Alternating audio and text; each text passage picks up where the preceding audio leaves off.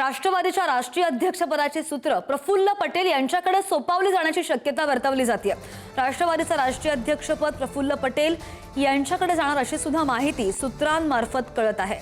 राष्ट्रवादीच्या राष्ट्रीय अध्यक्षपदाची सूत्र प्रफुल्ल पटेल यांच्याकडे सोपवली जाण्याची शक्यता, राष्ट्रवादीचं राष्ट्रीय अध्यक्षपद प्रफुल्ल पटेल यांच्याकडे जाणार अशी सुद्धा सूत्रांची माहिती आहे। आणि या संदर्भात अधिक जाणून घेणार आमचे प्रतिनिधी संदीप आपल्या सोबत आहेत। संदीप, आता अजितदादांच्या निधनानंतर राजकीय घडामोडींना कसा वेग येतोय?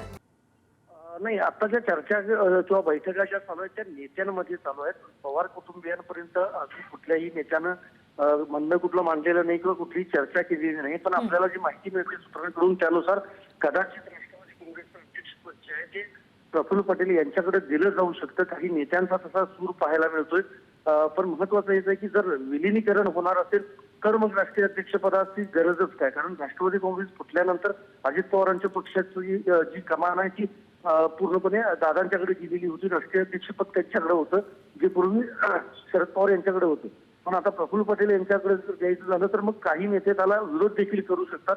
कारण जर विलीन होणार असेल तर मग अध्यक्षपद जे आहे ते शरद पवार यांच्याकडेच राहू शकतं किंवा मग विलीन झाल्यानंतर शरद पवार बाजूला होऊ शकतात आणि प्रफुल्ल पटेल यांच्याकडे सूत्र दिली जाऊ शकतात। मात्र दोन्ही पक्षातले नेते, पदाधिकारी, कार्यकर्ते तयार होतात का हे बघणं महत्वाचं असणार आहे। अगदी कोणतीही अधिकृत घोषणा नाही, या फक्त शक्यता वर्तवल्या जातात।